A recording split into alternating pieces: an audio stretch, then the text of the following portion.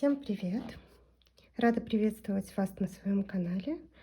Мы сегодня будем с вами творить вот такие милые, легкие, нежные бантики весенние. Они просты в исполнении, но смотрятся крайне эффектно.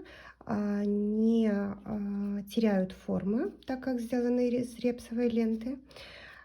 Подходят малышкам в садик под шапки, либо под повязочки.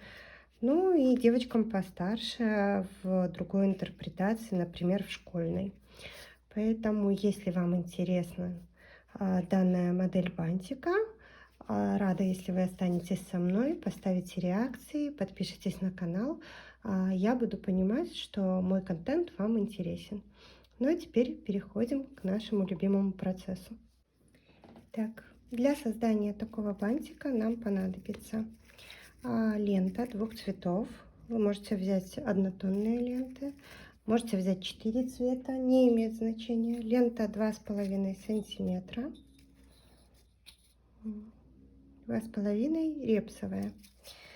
Так, еще лента для перемычки бантика, сантиметровая лента, хотя серединку вы можете сделать любую, какая вам понравится. Линейка, резиночка, ножницы, горячий клей и иголка с ниткой. Ну и, конечно же, хорошее настроение. Нам понадобится 4 отрезка ленты, как я уже говорила, шириной 2,5 миллиметра, сантиметра, и длиной 20 сантиметров. 4 ленты.